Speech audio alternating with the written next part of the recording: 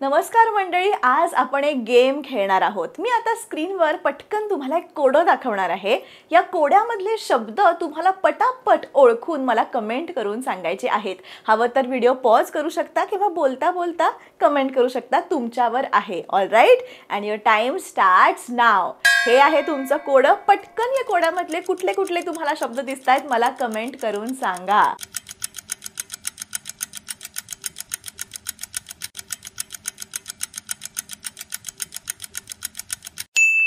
काढलेत का शब्द? तर या शब्दांकडे जर तुम्ही काळजीपूर्वक पाहिलं तर तुम्हाला असं जाणवेल की शब्द तर तुमचे इंग्लिश बोलण्याचे शत्रू आहेत, पण या शत्रूंना घाबरून जाऊ नका, कारण मी आली आहे ना, मी तुम्हाला या शब्दांशी दोस्ती करून देणार आहे। म्हणजे इथून पुढे इंग्लिश बोलताना तुम्हाला या शत्रूंची भीती वाटणार नाही, ही माझी गॅरंटी आहे। ये बड़ी अच्छी बात कही आप। तर बघा, तुम्हाला स्क्रीनवर confidence, vocabulary, sentence construction, enable to speak हे सगळे शब्द दिसले असतील। या सगळ्यांची दोस्ती तर आपण करायचीच आहे, पण वन बाय वन आपण सुरुवात करूयात। ऑल राईट, तर मित्रांनो, खूप कट्टर असा दुश्मन असलेला हा शब्द आपल्याला मित्र बनवायचा आहे। त्यासाठी आपण जाणून घेऊयात की हे जे शत्रू आहेत ते आपल्या समोर कधी येतात। बघा, जेव्हा आपल्याला इंग्लिश बोलता येतं, पण थोडंफारच येतं, पण आपल्याला असं वाटतं की आपण बोलतो तर समोरचा आपल्याला हसेल किंवा चुकीचं बोलेल, मग त्यावेळी हा शत्रू जागा होतो आणि मग आपण आपला मित्र नाही म्हणून बोलतच नाही। पण आता मी अशा काही सोप्या टिप्स आणि ट्रिक्स सांगणार आहे, त्या तुम्ही फॉलो केल्या तर नक्कीच तुमचे शब्द जे आहेत अगदी घट्ट मित्र होतील। टिप नंबर 1 आहे, मुळात सगळ्यात पहिले आपल्याला समोरच्या व्यक्तीची काळजी करायचीच नाहीये। म्हणजे तो आपल्याला नावं ठेवेल हा विचारच करायचा नाहीये। आपण खूप ना समोरच्या व्यक्तीचा विचार करतो की अरे त्याला काय वाटेल, मग त्याला वाटेल की मला इंग्लिश येत नाहीये म्हणजे मला कमी अक्कल आहे वगैरे वगैरे, आपण सगळे आधीच विचार करत जातो। असं करायचं नाहीये। चुकलो तरी घाबरून न जाता सॉरी म्हणून परत ते शब्द किंवा वाक्य परत रिस्टार्ट करा आणि छान प्रकारे म्हणा। All right, so tip number 1 काय आहे, समोरच्या व्यक्तीबद्दल आपल्याला विचार करायचा नाहीये। लोक आपल्याला हसण्यासाठीच असतात। ओके, समोरचे आपल्याला कायम जज करतात। तुम्ही जरी चांगलं इंग्लिश बोललात ना तरीही समोरचा व्यक्ती तुम्हाला वेगळ्या कारणांवरून जज करेल। मग तो जज करेल, अरे हिचे शूजच कसेत, अरे हिनी पर्स याच रंगाची का घेतली, अरे मग हिनी केसच का बांधलेत, अरे मग ह्यानी टायच का नाही घातला। सो समोरचे जे असतात ते बोलण्यासाठीच असतात, तुम्ही इंग्लिश छान बोलो न बोलो, पण आपल्या मनात भीती असते का, तर मला माहिती आहे की मला इंग्लिश येत नाहीये त्यामुळे मी घाबरते। तर तसं करायचं नाहीये। समोरचा गेला तेल लावत, आपल्याला विचार करायचा नाहीये। ऑल राईट, दुसरी आणि महत्त्वाची टिप म्हणजे आपण मराठी इतकं छान का बोलतोय याचा तुम्ही कधी विचार केलायत?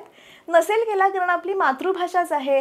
कारण काय आहे, आपण जे शब्द आहेत, ओके, जे वाक्य आहे त्याचा विचार मराठीमध्ये करतो। तर इथून पुढे तुम्ही असं न करता आपण जे काही आपण बोलतो ना, शब्द असतील, वाक्य असतील, इंग्लिशमध्ये विचार करायला सुरुवात करायची आहे। म्हणजे अगदी छोटे छोटे वाक्य सुद्धा आपण जे मनात विचार करतो, रोजच्या लाईफमध्ये आपण न कळत आपले अनेक विचार सुरू असतात। जसं की आता मी अंघोळीला जाईन, किंवा दूध संपलंय, किंवा माझा उद्या इंटरव्ह्यू आहे, मी उद्या कोणते कपडे घालू, मग मला शॉपिंगला जायचंय, मग मी आज काळा शर्ट घालू का, आज मी व्हाईट शूज घालू का, आज मी काय करू, हे आपले सबकॉन्शियसली मनात विचार सुरू असतात, हो की नाही? तर आता हे विचार आपल्याला जाणून बुजून इंग्लिशमध्ये करायचे आहेत। यांनी काय होईल, जर एखादा इंग्लिश शब्द तुम्हाला आठवला नाही विचार करताना, तुम्हाला लगेच कळेल, अच्छा या मराठी शब्दाला हे काय बरं म्हणतात, मग तुम्ही लगेच गुगल कराल। ऑल राईट, सो इंग्लिशमध्ये विचार करायला सुरुवात करायची आहे। फॉर एक्झाम्पल, मला आता जर मी विचार करते, चला मी आता अंघोळीला चालली आहे, इंग्लिशमध्ये विचार करा ना, I am going to take a shower, किंवा अरे यार मला उशीर झालाय, तर म्हणा इंग्लिशमध्ये विचार करा, आय एम गेटिंग लेट, मला भूक लागली आहे, आय एम हंग्री, मी आज किती सुंदर दिसते, I am looking beautiful today. So जे काही विचार आहेत इंग्लिशमध्ये विचार करायला सुरुवात करा। टिप नंबर 3 आहे, मित्रांनो, आपण जेव्हा समोरच्या व्यक्तीसोबत इंग्लिशमध्ये बोलतो तेव्हा आपली नजर, आपले हात वारे, आपली बसण्याची, उठण्याची, उभं राहण्याची पद्धत याकडे देखील सगळ्यांचं लक्ष जात असतं।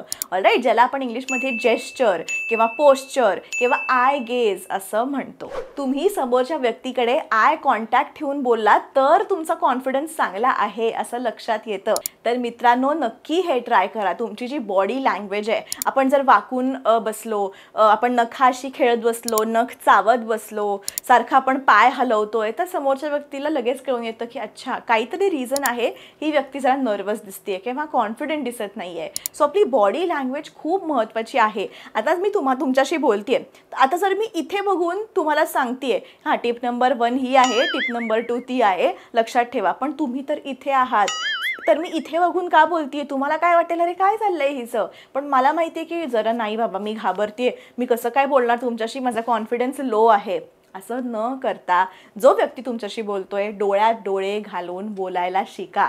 ठीक आहे, तुम्हाला वाटेल की हे काय तुम्ही सांगताय मॅम, पण हे अगदी एक इम्पॉर्टंट टिप आहे, यातूनच तुमचा कॉन्फिडन्स दिसतो. ऑलराईट, आता मित्रांनो वोकॅब्युलरी सोबत तुमची घट्ट मैत्री होण्यासाठी तुम्हाला काय करावं लागेल हे मी आता तुम्हाला सांगणार आहे. टिप नंबर 1 आहे, सगळ्यात पहिले दिसेल ती वस्तू ज्याला मराठीमध्ये नाव आहे त्याचं इंग्लिशमध्ये काय म्हणतात हे तुम्ही शोधून काढा. ऑलराईट, यासाठी तुम्ही जे कोणी असेल अवेलेबल त्यांना विचारू शकता किंवा सरळ गुगल सर्च करा. म्हणजे आता माझ्यासमोर खुर्ची दिसते, तर खुर्चीला काय म्हणतात इंग्लिशमध्ये, चेअर. कपाट दिसतंय, कपाटाला काय म्हणतात इंग्लिशमध्ये, कबर्ड. सो घरच्या गोष्टींपासून सुरू करा की अच्छा या वस्तूला इंग्लिशमध्ये काय म्हणतात. तुम्हाला खूप सारे नवीन शब्द शिकायला मिळतील. किचनच्या ओट्याला काय म्हणतात मला कमेंट करून सांगा जर तुम्हाला माहिती असेल तर. गुगल करा ज्या गोष्टी माहिती नाही आहेत. किचनचा ओटा, आपण कप्पे किंवा अजून काही गोष्टी असतील, सिंक असेल, कपाटं असतील किचनच्या ओट्याच्या वरची, जे काही असेल, तर स्टोरेज असेल, सगळ्या गोष्टींना नावं आहेत. ठीक आहे, भात वाढणी वेगळी किंवा वरण वाढायची पळी वेगळी, त्या सगळ्यांना सुद्धा वेगळी वेगळी नावं आहेत इंग्लिशमध्ये. घरापासून सुरुवात करा, तुमची वोकॅब्युलरी नक्की वाढेल. दुसरी टिप म्हणजे आपण जेव्हा काही इंग्लिशमध्ये ऐकतो तेव्हा एखादा शब्द आपल्याला जर समजला नाही आहे तर तो लगेचच लिहून त्याला इंग्लिशमध्ये वाक्य म्हणत हे पण शोधण्याचा प्रयत्न करायचा आहे. If you come across a new word, okay, तुम्ही मूवी बघताय, काहीतरी एक नवीन शब्द पटकन आढळला, लिहा, त्याचं मीनिंग काय आहे लिहा, त्या वर्डचे अजून सेंटेन्सेस काय होऊ शकतात ते लिहून काढा. ठीक आहे, आपण फक्त बघतो किंवा टेक्स्ट करतो मोबाईलवर, दॅट इज नॉट इनफ. जोपर्यंत तुम्ही स्वतः नोटबुकमध्ये तुमच्या हाताने लिहित नाही तोपर्यंत ते डोक्यात घुसत नाही. लिहिणं खूप एक चांगली सवय आहे. ऑलराईट, तुमचे daily out of the English context तुमचे डेली थॉट्स लिहित चला, उद्या काय कामं करायचे हे लिहित चला, तुमचे short term goals, long term goals, सगळ्या गोष्टी जितक्या तुम्ही लिहाल ना तितकं ते ॲक्च्युअल लाईफमध्ये तुम्हाला दिसेल की अच्छा होती इम्प्रूव्हमेंट. तसंच आपल्याला इंग्लिशची पण बुक मेंटेन करायची आहे. नवीन नवीन शब्द, त्यांचे अर्थ, काय काय सेंटेन्सेस होऊ शकतात ते लिहायचे आहेत. आणि नुसतं लिहायचं नाही आहे, तर जर मंडे टू फ्रायडे तुम्ही 3-3 रोज नवीन शब्द लिहित असाल तर सॅटर्डे संडे रिव्हिजनसाठी ठेवा. ओके, फक्त लिहित चाललो आणि मॅडम मी 200 शब्दांची वही केली, मी 300 शब्द लिहिले, पण जर तुम्हाला मी विचारला पहिला शब्द त्याचा पण अर्थ तुम्हाला यायला पाहिजे. सो फक्त लिहित नाही चालायचं आहे, आपल्याला रिवाईज पण करायचं आहे, रिव्हिजन पण तितकीच महत्त्वाची आहे. तिसरी टिप अशी आहे की तुम्ही रिकाम्या वेळेमध्ये तुमचे बॉडी पार्ट जे आहेत किंवा आकाशातील ग्रह, ऋतू, प्राणी, पक्षी यांना सुद्धा इंग्लिशमध्ये काय म्हणतात हे विचार करू शकता किंवा कोणाला तरी विचारू शकता किंवा सरळ गुगल करू शकता.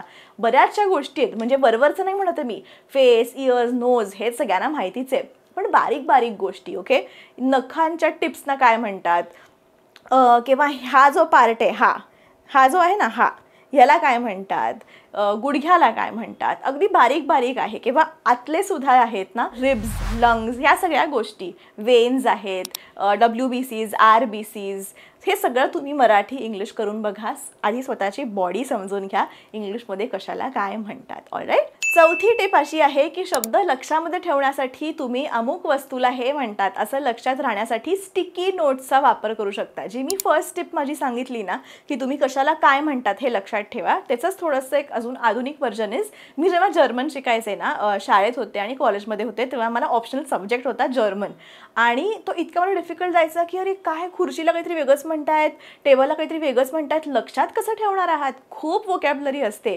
सो मी काय केलेलं, स्टिकी नोट्स घेतल्या होत्या, कुठल्याही स्टेशनरीमध्ये मिळून जातात, एक 30 रुपयाला वगैरे असतात वाटतं स्टिकी नोट्स. तर आता मला जर माहिती आहे ही खुर्ची आहे आणि त्याला चेअर म्हणतात, तर मी त्या स्टिकी नोटवर लिहायचे चेअर, जर्मनमध्ये लिहायचं आहे, तुम्हाला आठवत पण नाही चेअरला काय म्हणतात, चेअर असे लिहायचं आणि मग ते स्टिकी नोट त्या चेअरवर तुम्ही स्टिक करा.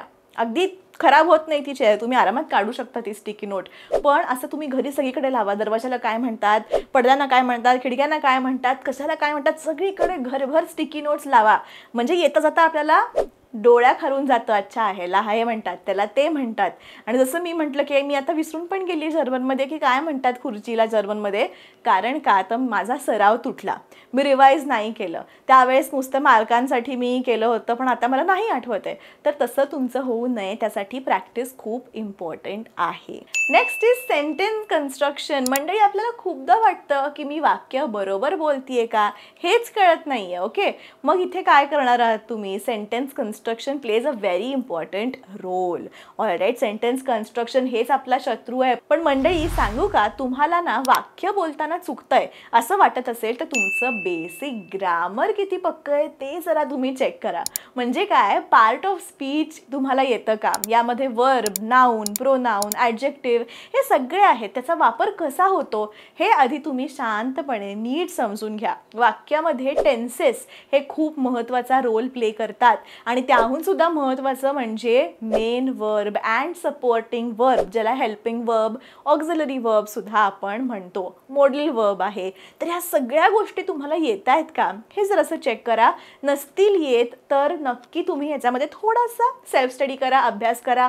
अनेक मी माझ्या व्हिडिओजमध्ये सांगितलेल्या आहेत या गोष्टी. कारण का ह्याच गोष्टी तुम्हाला येत नसतील ना, की अ अँड द कुठे वापरायचं, इज, एम आर, कॅन, कुड, शुड, वुड, किंवा कधी कुठला टेन्स वापरायचा, प्रेझेंट टेन्स, फ्युचर टेन्स का पास्ट टेन्स, हेच माहिती नसेल तर तुमचं वाक्य चुकणारच आहे, तुम्हाला बोलता येणारच नाही आहे. तर जेव्हा तुमचं हे सगळं पक्क होईल तेव्हा तुमची इंग्लिश सोबत दोस्ती झालेली असेल. आणि वाक्याची प्रॅक्टिस करण्यासाठी तुम्ही तुमचाच मित्र, ज्याला इंग्लिश चांगलं बोलता येतं, किंवा ऑफिसमध्ये काही कलिग्ज असतील, फॅमिली मेंबर असतील, यांच्यासोबत छोटी छोटी वाक्य प्रॅक्टिस करू शकता. आणि जसं मी म्हटलं की ॲम कधी वापरायचं, इज, आर कधी वापरायचं, किंवा ग्रामर रिलेटेड मी ऑलरेडी इतके व्हिडिओ केलेले आहेत, ते तुम्ही नक्की बघा, तुमची फ्लुएन्सी नक्की वाढेल. मला सांगा, कॉन्फिडन्स कधी येतो? जेव्हा भीती जाते. त्यामुळे तुम्ही तुमची भीती घालवण्याचा आधी प्रयत्न करा. ओके, कॉन्फिडन्स खूप महत्त्वाचा आहे. तुम्हाला येत असतं इंग्लिश, पण कॉन्फिडन्समुळेच तुम्ही बोलत नाही किंवा घाबरून जातात. तर तसं करू नका, कॉन्फिडेंटली इंग्लिश बोला. पण मी तुम्हाला इथे सजेस्ट करेन की आधी तुम्ही छोटी छोटी वाक्य घेऊन प्रॅक्टिस करा.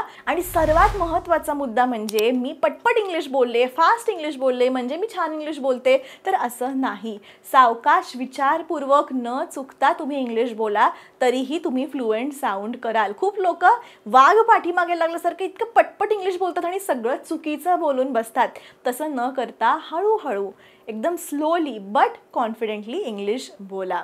तर तुमच्या आजूबाजूला तुम्ही स्वतः वातावरण क्रिएट करा. ऑलराईट, तुम्ही स्वतःहून पुढाकार घेऊन समोरच्या व्यक्तीसोबत इंग्लिशमध्ये बोला. आणि सगळ्यात महत्त्वाचं म्हणजे विचार इंग्लिशमध्ये करायला आता सुरुवात करा. तर मित्रांनो, हे सगळं नक्की करून बघा आणि तुमचे इंग्लिशचे जे शत्रू आहेत ते नक्की तुमचे मित्र होतील, ही माझी गॅरंटी. आजचा व्हिडिओ कसा वाटला मला नक्की कमेंट करून सांगा. आणि जर तुम्हाला खरंच इंग्लिश शिकायचं आहे, step by step lesson wise English शिकायचं आहे, तर स्पीक इंग्लिश विथ ऐश्वर्या माझं ॲप जे आहे ते नक्की डाउनलोड करा. सगळ्या लिंक्स खाली डिस्क्रिप्शनमध्ये दिलेल्या आहेत. भेटूया पुढच्या व्हिडिओमध्ये. तोपर्यंत keep practising English and take care.